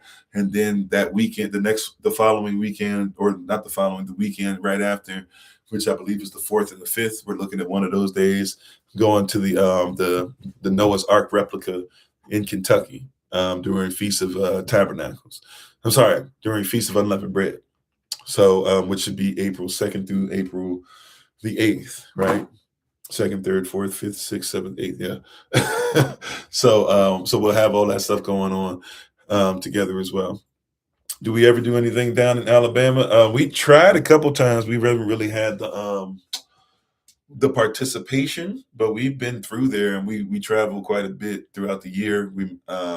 And we're going to be doing a lot of stuff as far as land and stuff down there in that area, more so in Georgia, but down in that area. So it's a possibility. I mean, we're looking at trying to do something even in Mississippi. We got some Mississippi folk, right? So we're trying to figure it out, but that's why we're going to try and have these Zoom meetings and try to have them on a regular basis, at least weekly. And then after, I said, starting next month sometime, probably have to wait now. I think about it till March to start doing them regionally, because remember we're supposed to be doing a special teaching for those that want to be participate in that, doing a special thing during February for those 4 weeks on every Saturday, Monday, Wednesday, Thursday. Sorry, every Saturday, every Monday, Thursday, Friday, Saturday evening. We're gonna be doing something specific on Zoom. So we're gonna have a lot of moving parts. So I want to make sure I'm not overworking myself and I'm not missing something. But yeah, so we'll try to get this stuff together. We know we got some folks growing in Louisiana. We came past Louisiana last time. I forget who we had over there, a couple persons, and we tried to let persons know, but we were just kind of going through to get to Texas and then coming back. So we're on the go a few times throughout the year. I even heard rumblings, just rumblings, but I heard rumblings about some stuff that the sisters may be doing. Brothers, we know we're doing meeting up for Brothers in Black, looking at Pennsylvania still. So so there's a lot of stuff moving, and also we're trying to get persons in their areas to start coming together. But of course, we want to make sure everybody's safe and everybody can trust each other and everybody learns about who they are. So that's why we got a lot moving, including even internationally. Even in Pakistan and Kenya and Caribbean and in England and in Rwanda, trying to see if we can get the Ghanaian presence and everything going there once again. So we got a lot of stuff moving, and prayerfully, guys, as you hear us speaking on things or whatever, if you want to reach out to us once again through our link tree, you can email us through the link tree, text us at one of the 202 numbers, whatever the case might be. So, and thank you for everybody. We got persons that make phone calls behind the scenes and all that stuff. So we can get you in the rotation. We can try to start getting you some information. And if you're somebody that's willing to help, as we learn and as we grow, as we learn more about you, we'd love to be able to have you participate. All right. But love you all. Tada. Thank you so much. Toda Mishkapa, depending on your dialect. We appreciate your presence. We appreciate you being on. And we thank you guys for continuing to move as the Most High says. We thank you for hanging in there. And we're going to continue to grow and continue to move and have our being. So if you can join us tomorrow, 8 a.m. New York time live session. Sisters, don't forget 7 p.m. New York time tomorrow. You got women's meeting. We'll have another live session in the evening tomorrow, 8 p.m. New York time. And then we'll try to do the Zoom meeting tomorrow after that. All right. So love you all. Thank you so much. We give our honor and praise to the Most High. We give our praise and honor to Him, for my wife, the Honorable Maya, to the moderators, Minister Seth, SOC, Lottie, everybody. First time listening, one of many. Last time, questions, disagree, agree with us, whatever the case might be. We appreciate you. We thank you so much, and we hope that you continue to do great things in your life and allow the Most High to walk with you. So I'm gonna go ahead and let you guys go. You guys have a great day, and we'll see you guys tomorrow. Until then, remember, as always, beloved, that you are loved, you are necessary, you are majestic, you are fearfully and wonderfully made, and you, which is all of us working together, will be the reason why people who are in this system no longer have to be of it. Shalom, take care, great dreams, stay safe on these roads, stay warm, and we'll talk with you soon. Peace.